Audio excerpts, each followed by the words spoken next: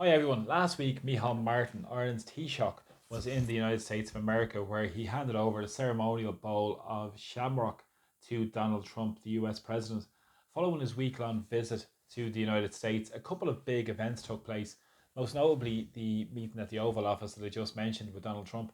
He also attended the Ireland Funds Gala on Thursday night at the National Museum in Washington, D.C. I covered both events in my videos last week, so you can have a look back on those videos. The links will be in the comments at the end of this video. And also, what was important with that was the unceremoniously treatment of the Burke family who attended that event and were manhandled and thrown out of the event. That the average dinner would cost you probably $1,000 to $2,000 for that event.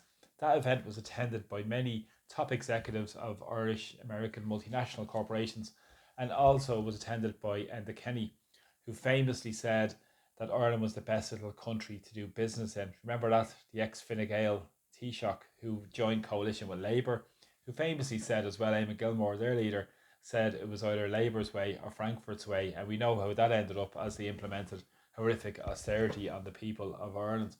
And also was in attendance was Peter Mandelson. Peter Mandelson is one of Tony Blair's sidekicks and is a British ambassador to the United States, being appointed by Keir Starmer. Now, of course, we've seen what's been happening in Irish society, in particular over the past number of months.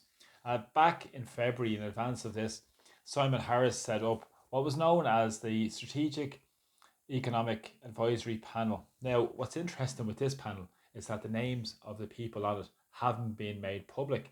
And this was supposed to help the Irish government in terms of dealing with the ongoing threat from the trade war with the United States of America and how to safeguard the prosperity and profits of those big multinational corporations.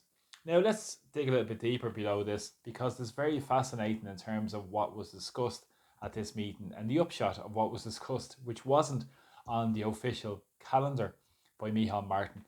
He was claiming Chatham House rules where it was about confidentiality and negotiations and all this type of stuff. And of course, being Irish Taoiseach, there should be a degree of transparency and accountability in terms of who they're dealing with when they're dealing with these super rich and very wealthy chief executive officers, not to mention owners of these multinational corporations. Now, let's read between the lines and see who's at this Ireland Funds event and what we know who will probably be on this strategic economic advisory panel that was set up by Harris back in February. Now, of course, CRH, big multinational corporation. I did a video on that a number of months ago as well about CRH. Absolutely, they will be on that panel. I'm almost certain because of their involvements in the construction sector, but also because of the involvement of their chief executive officer, who last year earned over 12 million euro in a salary. Absolutely colossal. And I covered a video on CRH a number of months ago as well, and you can look back on that as well in terms of what I discussed. Now, that corporation is owned by Vanguard as well. Vanguard have a 6% stake in CRH. They recently went on the US stock exchange and left their listing on the Irish Stock Exchange after being in the Irish Stock Exchange for many, many years. But it's part of the big corporations in terms of BlackRock, Vanguard, State Street that own a lot of these corporations. So they have a 6% stake in this corporation. Also, he met with Patrick Collison. He's one of the founders of Stripe, the online payments format. Now they're worth at least 6 to 7 billion euro each. The Collison brothers who set this up a number of years ago, and of course one of the backers behind them is major bankers and financial institutions as well that own a good percentage of their company. Now also there's others companies like Glanbia and more certain are involved in that are involved in another Irish multinational corporation who have profited massively over the long number of years. Their ex-chief executive officer pulled out a salary of nearly €7.5 million in 2023. €7.5 million for their managing director stroke chief executive officer. Kerry Group, I'm sure they're on this group as well. Another €4 to €5 million for their chief executive officer as well. Massive money for these people at the top of society. And I'm almost certain you could name maybe three or four of those companies would be on this strategic economic advisory panel. Now, what was interesting with this and the push, what they've been driving forward, has been about boosting competitiveness and as well cutting red tape with the government in terms of planning regulations and so forth as well, to make more profits essentially for the very wealthy in society and to push more money upwards. It was interesting because the Collison brothers, a number of years ago, actually last year, they set up this think tank about progress. I think it's Ireland Progress or Progress Ireland, I think it was called. And what they were trying to push out at was to try and solve the housing crisis. Now, it wasn't a housing crisis to solve homelessness, it was to support the big tech companies who come to Ireland, many who employ a lot of foreign workers, tech workers of various nationalities, such as Indians and many more nationalities. And essentially, it's about providing accommodation for the big tech industry and not helping solve our housing disaster. Fundamentally, it's about looking after the big guys in society. And that's fundamentally what this advisory panel is really all about. It's unbelievable that they don't disclose the names of the people in this advisory panel.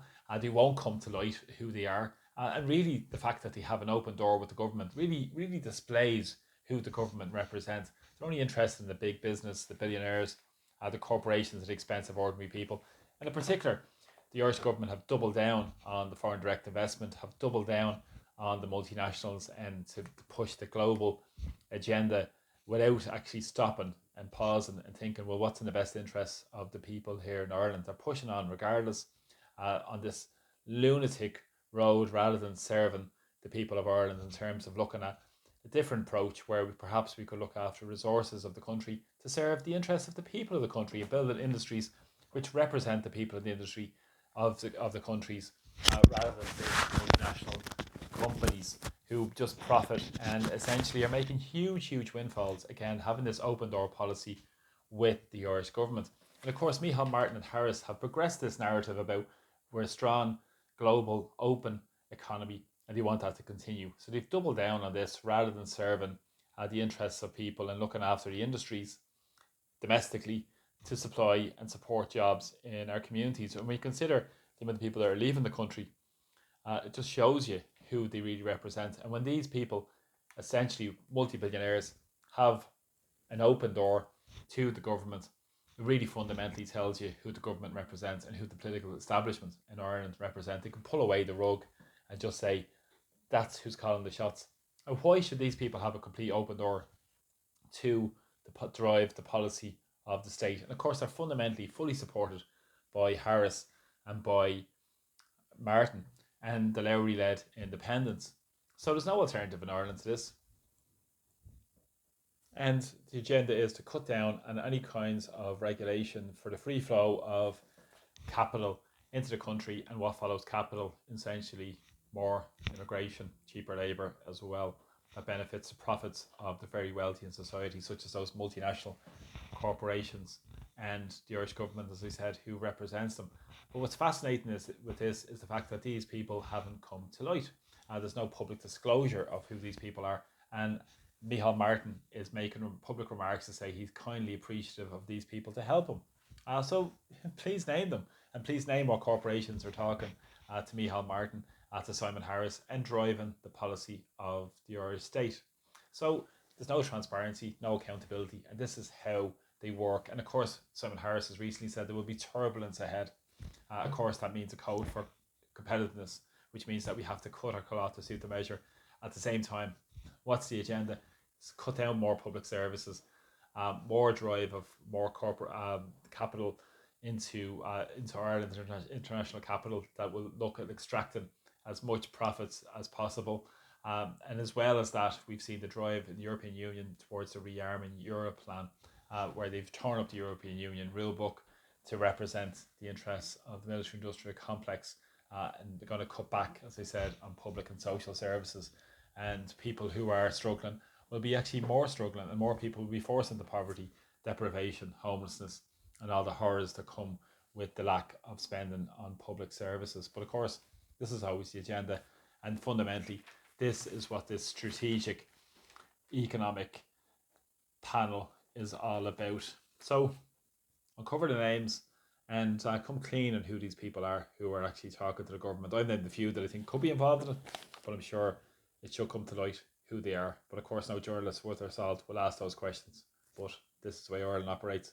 Thanks a lot for the support with videos. Please press subscribe, and thanks again. Take care. Slán.